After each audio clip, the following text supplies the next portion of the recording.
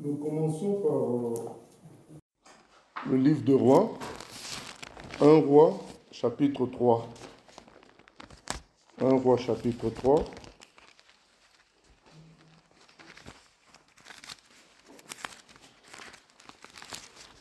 Un Roi, chapitre 3. Il est écrit ceci à partir du verset 3. Salomon aimait l'Éternel et suivait les coutumes de David, son père. Seulement,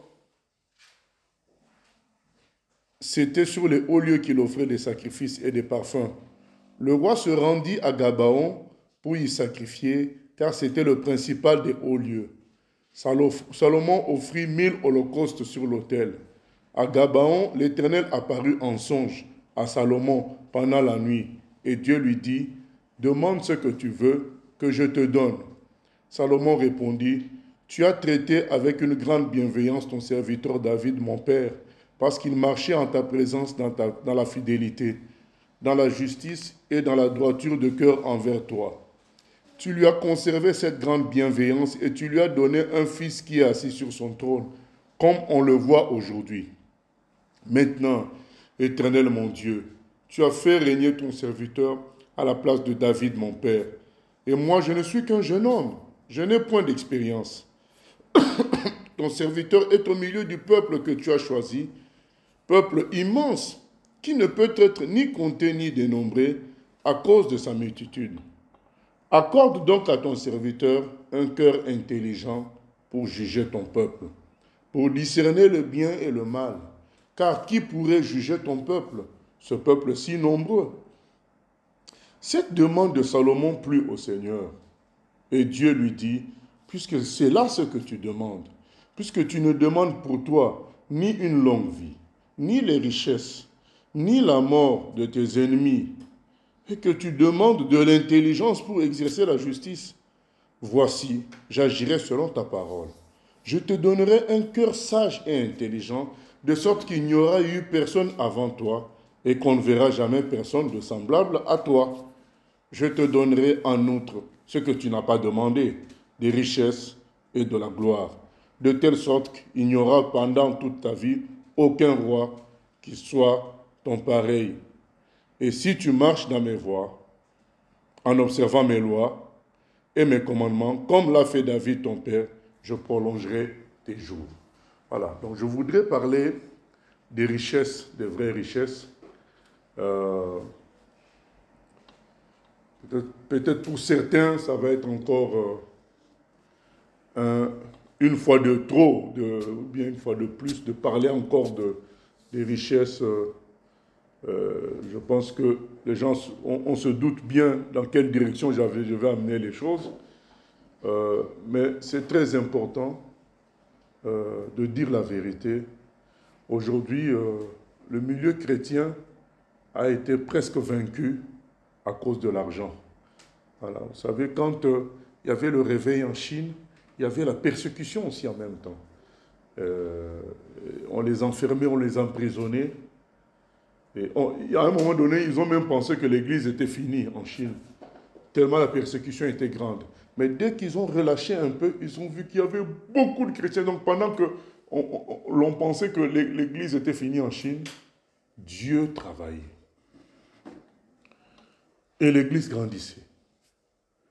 Mais quand maintenant, la persécution s'est arrêtée à une certaine dimension, les églises ont grandi, ont beaucoup de membres, et ont de l'argent,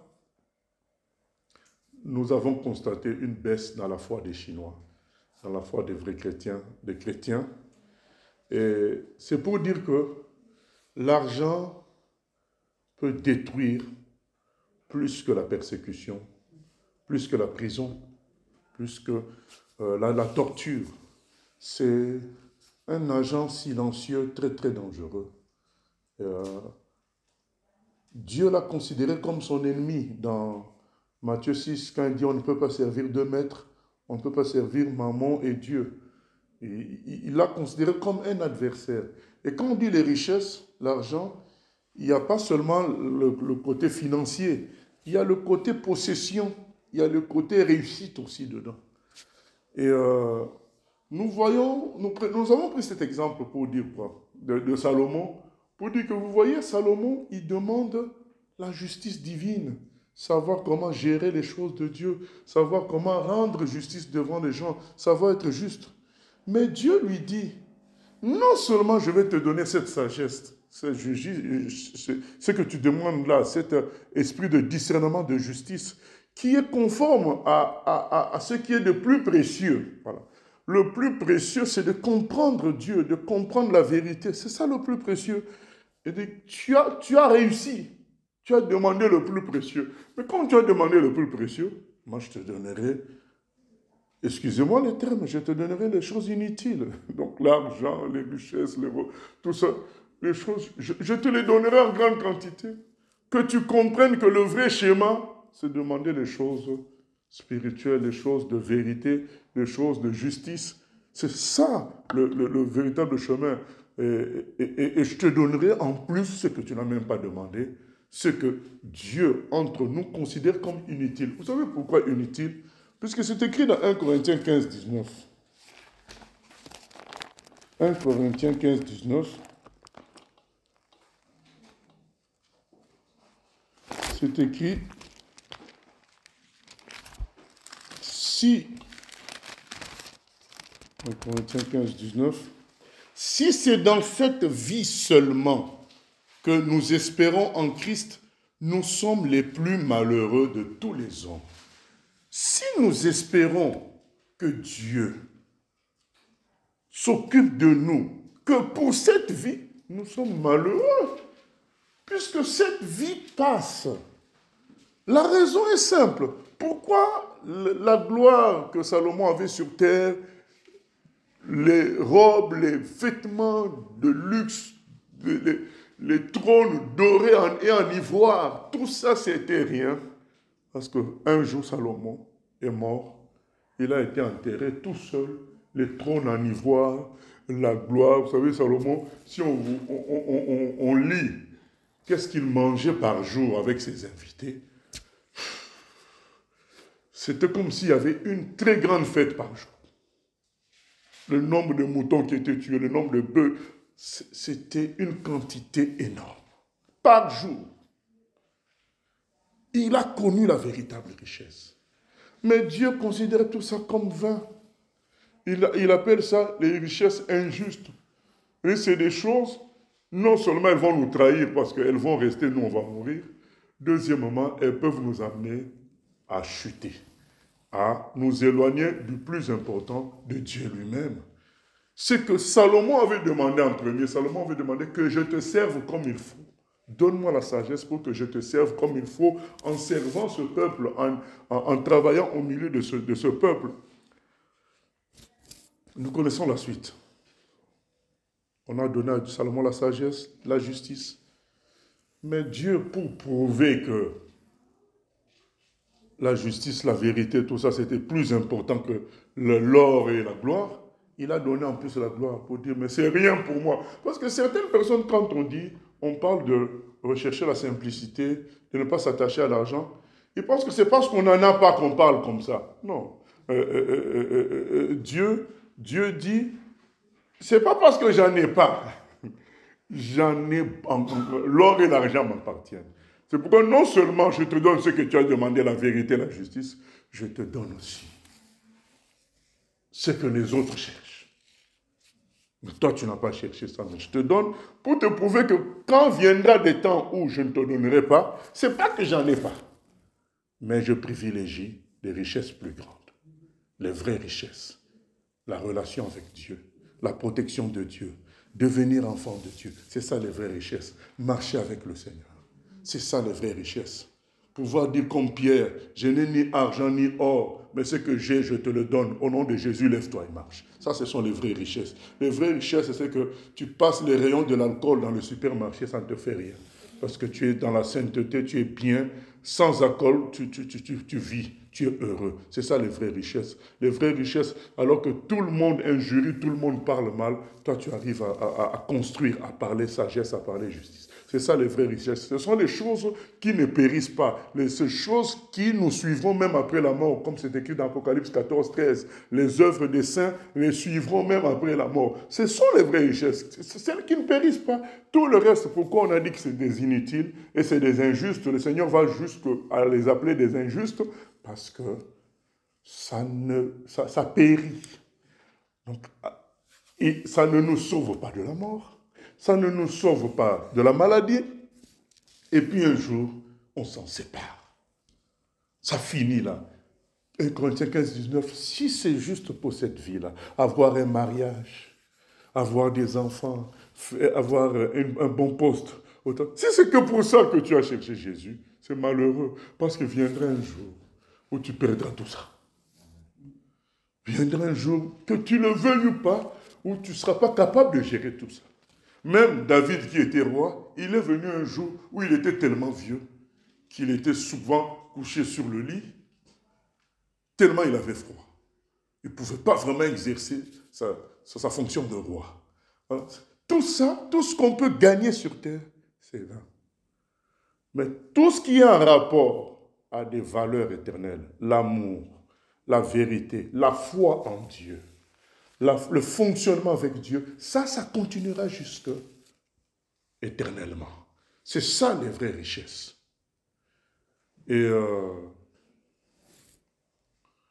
nous vivons un temps où les gens cherchent Dieu pour quelque chose. Ils ne cherchent pas Dieu parce que c'est la vérité. Et je prêche encore aujourd'hui sur ce sujet afin que chacun de nous s'en rappelle. Parce qu'il viendra des temps où, d'une manière ou d'une autre, Dieu va nous enrichir. Dieu va t'enrichir d'une manière ou d'une autre.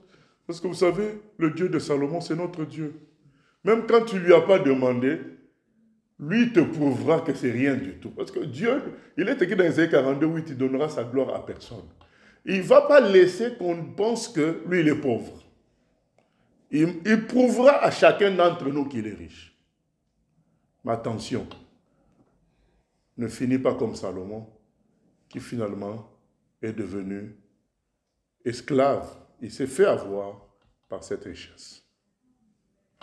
Il faut se souvenir que les vraies richesses, c'est la fidélité à Dieu, c'est la simplicité, l'amour.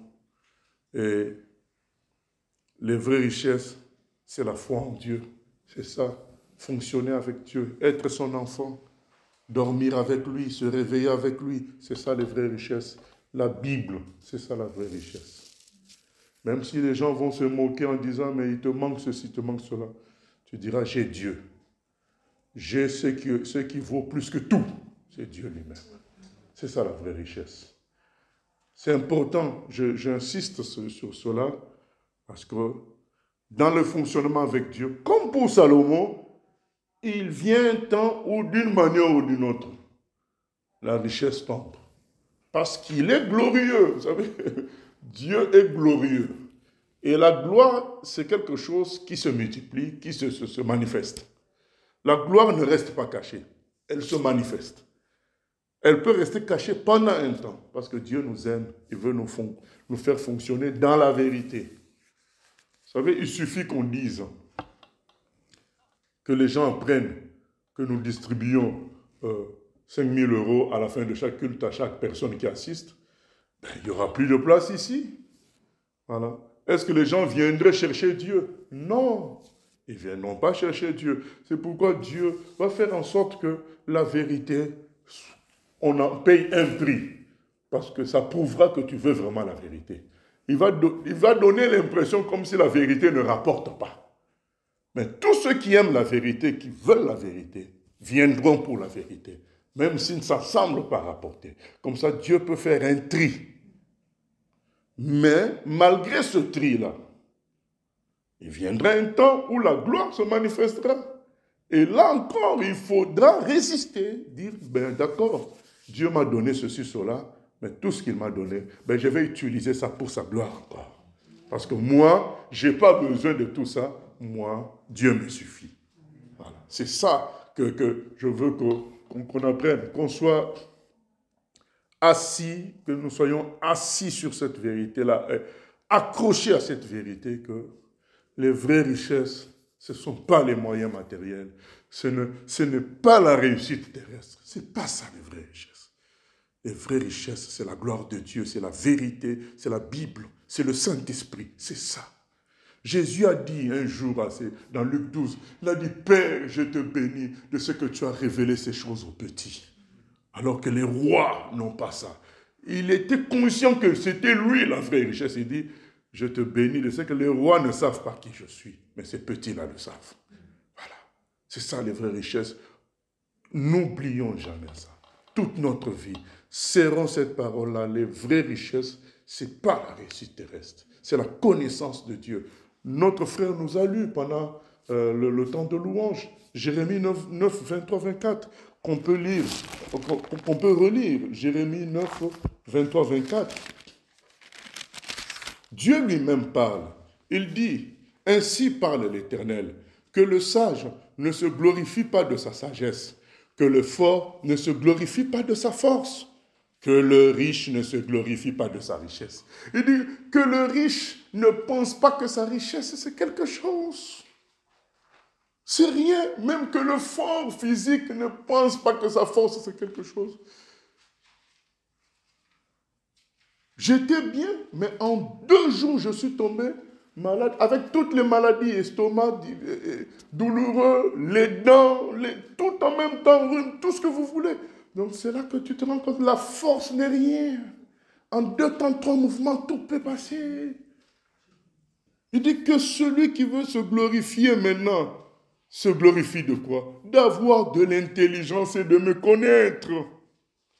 De savoir que je suis l'Éternel qui exerce la bonté, le droit et la justice sur la terre. Car c'est à cela que je prends plaisir, dit l'Éternel.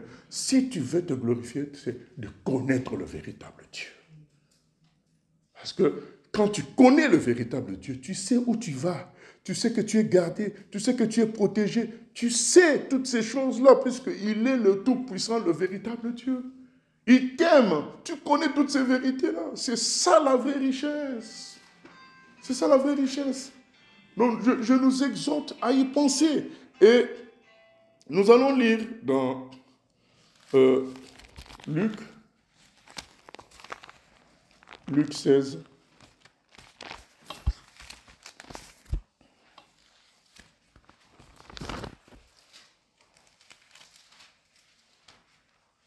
Jésus dit aussi à ses disciples, un homme riche avait un économe qui lui fut dénoncé comme dissipant ses biens. Il l'appela et lui dit, qu'est-ce que j'entends dire de toi? Rends compte de ton administration, car tu ne pourras plus administrer mes biens. L'économe dit en lui-même, que ferai-je? Puisque mon maître monte l'administration de ses biens. Travailler à la terre, je ne le puis. Mendier, j'en ai honte. Je sais ce que je ferai, pour qu'il y ait des gens qui me reçoivent dans leur maison quand je serai destitué de mon emploi. Et, faisant venir chacun des débiteurs de son maître, il dit au premier, « Combien dois-tu à mon maître ?» « 100 mesures d'huile, répondit-il. Et il lui dit, « Prends ton billet, assieds-toi vite, et écris 50. » Il dit ensuite à un autre, « Et toi, combien dois-tu » ?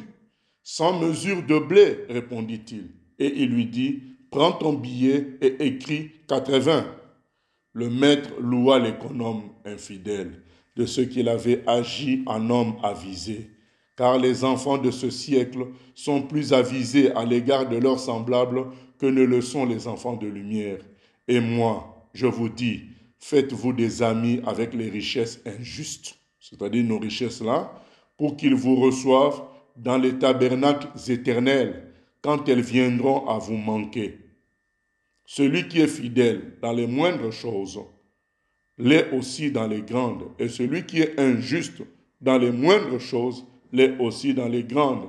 Si vous, donc vous n'avez pas été fidèle dans les richesses injustes, qui vous confiera les véritables? Et si vous n'avez pas été fidèle dans ce qui est à autrui, qui vous donnera ce qui est à vous? Nul serviteur ne peut servir deux maîtres, car ou il haïra l'un et aimera l'autre, ou il s'attachera à l'un et méprisera l'autre. Vous ne pouvez servir Dieu et maman. Voilà, le Seigneur donne une parabole pour parler de la richesse. Il donne la parabole d'un homme qui était, je crois, peut-être comptable ou trésorier d'une boîte. Et quand il apprend qu'on doit on va le licencier, bientôt, qu'est-ce qu'il fait? Il appelle tous les débiteurs, il négocie les remises de dettes. Comme ça, quand les gens, quand lui n'aura plus de job, de boulot, ces gens-là vont commencer à le recevoir chez eux. Donc, il continuera sa belle vie. Et Jésus dit, mais voilà, cet homme, il est intelligent. Il a su utiliser l'argent pour se faire des amis plus tard. Alors vous, qu'est-ce que vous faites de vos richesses? Vous devez utiliser vos richesses. Beauté, jeunesse, force, argent, tout ce qu'on peut, le temps. Mais utilisez ça pour vous faire des amis qui vont vous recevoir dans les tabernacles éternels. Et cet ami-là, c'est Dieu lui-même.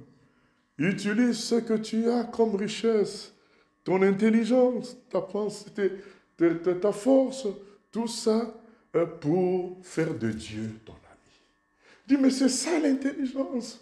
De sorte que le jour où ça te manquera, tout ce qu'on est en train de citer, richesse matérielle, force, intelligence, le jour où ça te manquera, il y aura un ami qui te recevra chez lui. C'est Dieu lui-même. Qu'est-ce que nous, on fait de tout ce qu'on a cité? On s'y accroche, on cherche à gagner, on cherche à en avoir plus, mais on nous prévient qu'un jour, ça manquera. Un jour, ça partira. Vaut mieux s'en servir pour faire des amis de Dieu, son ami. Alors, qu'est-ce que font les chrétiens, comment ils fatigués aujourd'hui de richesse?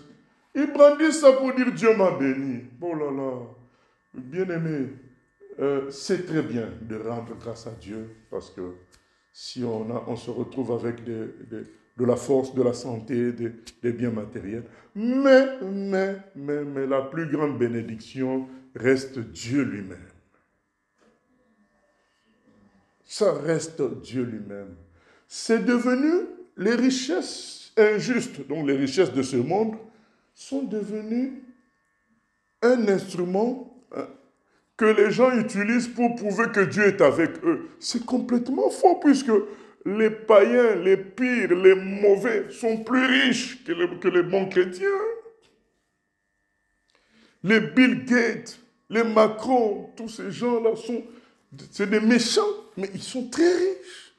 Donc nous ne pouvons pas utiliser les richesses en les brandissant pour dire, mais Dieu est avec moi, voilà, ça fonctionne. Et on met des photos sur Facebook, des vacances qu'on fait à gauche, à droite, pour dire, mais Dieu est avec moi, bien-aimé. Si Dieu est avec toi, mets-nous des photos.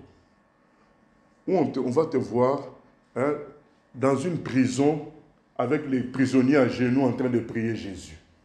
Tu les as convaincus par la puissance de Dieu, par la parole de Dieu. À gauche, à droite, photo, je suis à gauche de là. Et donc, pour dire, Dieu est avec nous, puisqu'on peut prendre des vacances à gauche, à droite. Non, les païens font mieux que ça. Ils font mieux que ça. Moi, j'ai toujours honte de voir des chrétiens utiliser ce que les païens ont plus que nous pour dire que Dieu est avec eux. Non. Ça voudrait dire que Dieu est avec les païens. Non.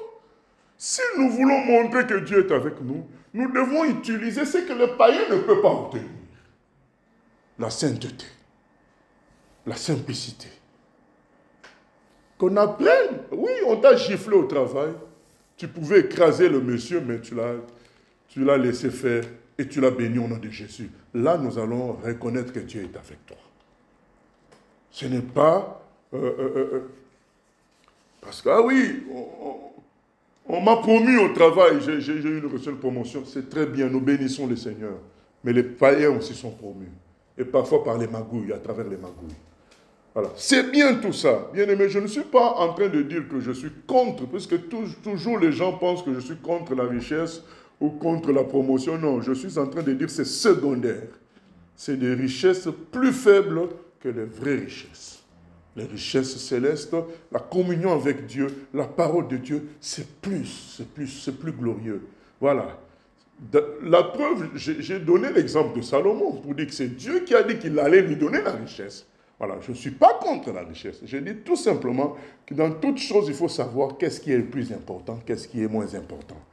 Et ce qui est le plus important, c'est la relation avec Dieu, c'est la vérité, c'est la parole de Dieu, c'est la simplicité. De sorte que quelqu'un me dit, ah mais alors, mais sans que ce soit ma faute, Dieu m'a béni. Je vais faire quoi alors? Je vais enterrer cet argent? Ou bien je vais me cicatriser puisque je suis belle? Je vais me faire des cicatrices? Non, on n'a pas dit ça. On a dit tout simplement, utilise ces richesses injustes, ta beauté, ta jeunesse. Elles sont injustes parce que ça va te quitter un jour. Elles ne sont pas fidèles. Voilà, ces richesses-là. L'argent, toutes ces choses-là, mets ça dans ta relation avec Dieu. Mets ça comme on investit, quoi. Investis ça auprès de Dieu. Et tu feras de Dieu ainsi un ami qui ne te quittera pas et qui sera là pour te secourir à chaque fois que tu auras, que tu seras en difficulté. Et même tout le temps, il sera avec toi. Utilise les richesses injustes pour faire de Dieu ton ami éternel. Pour faire des anges tes amis éternels. Mais pas dans une relation avec les anges, mais dans une relation avec Dieu, et c'est Dieu qui convainc ces anges. Voilà. C'est comme ça, bien-aimés. C'est ce que nous sommes en train de dire. Il y a des choses subtiles. Il y a des gens qui vous diront, mais moi je ne cherche pas l'argent, mais vous voulez quoi? Je suis directeur, mais j'ai un grand salaire, je suis PDG, j'ai un grand salaire, et alors je fais quoi? Tu fais quoi? Utilise ça pour la gloire de Dieu. Voilà. C'est ce que nous sommes en train de dire. Ne tombe pas dans le piège de Salomon, dans lequel Salomon est tombé, il a fini par utiliser tout ce que Dieu lui avait donné pour lui-même. Et il a mal fini à cause de ça. Enfin, il s'est ressaisi juste à la fin. Mais il a connu un long moment de perdition, de bêtises, à cause du fait qu'il n'a pas utilisé l'argent, la gloire que Dieu lui avait donnée pour la gloire de Dieu, mais il s'en est revêtu tout lui-même. Et c'est ça le danger. Nous ne devons pas nous revêtir de ce que Dieu nous donne. Nous devons prendre ça, utiliser ça pour lui, pour sa gloire. C'est cela qui nous... C'est ce que Jésus veut dire quand il nous donne cette parabole. Il dit, prends les richesses injustes, ne les garde pas. Donne-les à Dieu. Mets ça au service de Dieu. Ta jeunesse, ton temps, mets ça au service de Dieu. Aujourd'hui, beaucoup vont dire, mais moi je ne me retrouve pas dans tout ce qu'il dit là, parce que voilà, je ne suis pas millionnaire. Non, mais je ne suis pas en train de parler aux millionnaires, je parle à tout le monde. Le temps, c'est une richesse. La jeunesse, c'est une richesse. Je parle à tout le monde. Et quand on dispose de sa vie comme on veut, c'est une richesse qu'on peut donner à Dieu pour dire, Seigneur, je veux que tu planifies cette année pour moi. Je fais quoi? Je vais où? Voilà. Il y a des gens qui balayent. Quand ils ont en face le projet de Dieu, ils balayent. Non, moi j'avais déjà prévu tel truc. J'avais déjà prévu ceci, j'avais déjà prévu cela. Voilà comment on utilise mal les richesses injustes. Un jour, Jésus-Christ a dit aux apôtres, on va aller dans une zone pour se prendre du repos. Et en chemin, qu'est-ce qui se passe? Ils rencontrent des gens qui cherchaient Jésus. Jésus a suspendu le repos. Ils se sont mis encore au travail. C'est Dieu qui doit gérer Même notre repos, bien-aimé, je le dis souvent, les gens pensent toujours que j'exagère, mais je dirai toujours la vérité. Je ne peux pas faire autre chose. La vérité, c'est que nous, on doit penser à travailler et Dieu songera à notre repos. C'est comme ça. Peut-être certains comprendront ça 15 ans plus tard, mais je dois le dire.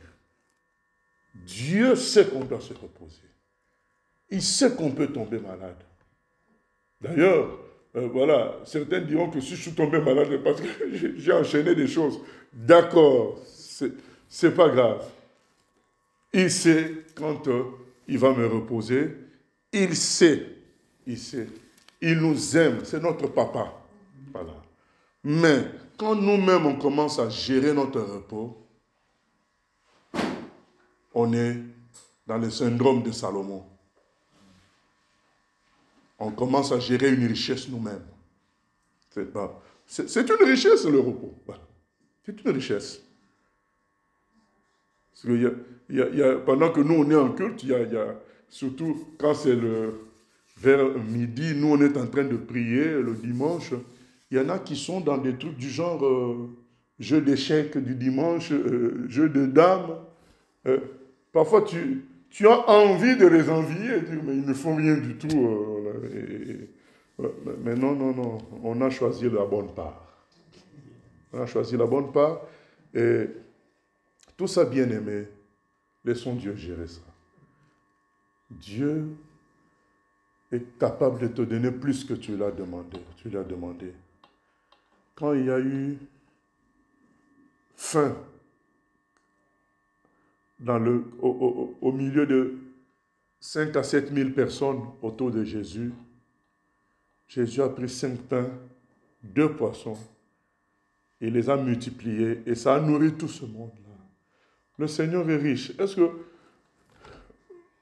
que nous connaissons l'abondance? Salomon a connu l'abondance. L'abondance, c'est ce qui s'est passé avec les 5 pains, 2 poissons. Les gens ont mangé et il est resté encore 12 paniers. Ils ont ramassé le non-mangé, là, ça faisait 12 paniers. Tellement il y avait eu une grosse quantité. C'est l'abondance. Dieu, c'est l'abondance.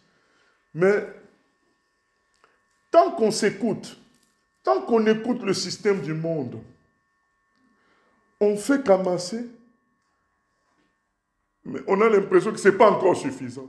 Mais si nous laissons Dieu nous bénir, on expérimentera l'abondance. Nous expérimenterons l'abondance. Si nous n'écoutons pas Dieu, vous savez, même le milliardaire que nous connaissons, il estime que ce n'est pas suffisant. Parce qu'il n'est pas avec Dieu. Il a peur que ça baisse demain. Mais si nous écoutons Dieu, même si nous avons un compte bancaire vide, nous allons expérimenter c'est quoi l'abondance. L'abondance, c'est quoi? L'abondance, c'est que tu as plus que tu n'en as besoin. C'est ça l'abondance. Tu vas expérimenter ça. Et parfois, ça sert comme une sorte d'étouffement. Mais Dieu est abondant, c'est comme ça. Nous pouvons faire confiance que le Dieu de Salomon, c'est notre Dieu. Même quand tu ne lui demandes pas l'abondance, lui s'en occupe. Nous ne prêchons pas un Dieu pauvre. Nous disons tout simplement qu'il y a des richesses plus importantes que les richesses de la terre, les richesses injustes. Dans Matthieu 6, le Seigneur dit, ce sont les païens qui recherchent ces choses-là. Cherchez-vous d'abord le royaume de Dieu. C'est-à-dire que tu sois ami de Dieu, que tu règnes avec lui. C'est ça qu'il faut chercher d'abord. Le reste, c'est secondaire et Dieu te le donnera. Mais c'est ce qui me dépasse, quoi.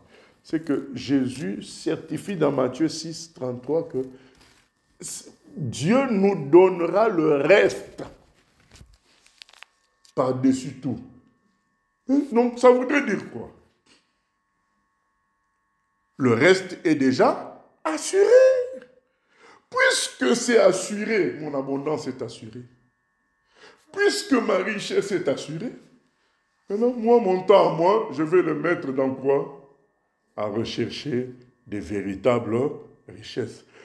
Le Seigneur a fait exprès pour qu'on prenne notre temps à rechercher les vraies richesses, il nous garantit dans Matthieu 6,33 que les richesses injustes dont notre chair pourrait s'inquiéter, elles sont assurées. Maintenant, prends ton énergie, prends ton temps et prends même ces richesses injustes. Cherche les véritables richesses. Et nous continuons encore à chercher les fausses richesses. Que le Seigneur nous réveille. Que le Seigneur nous réveille. Cherchons davantage le Seigneur. Cherchons sa gloire. Cherchons la vérité.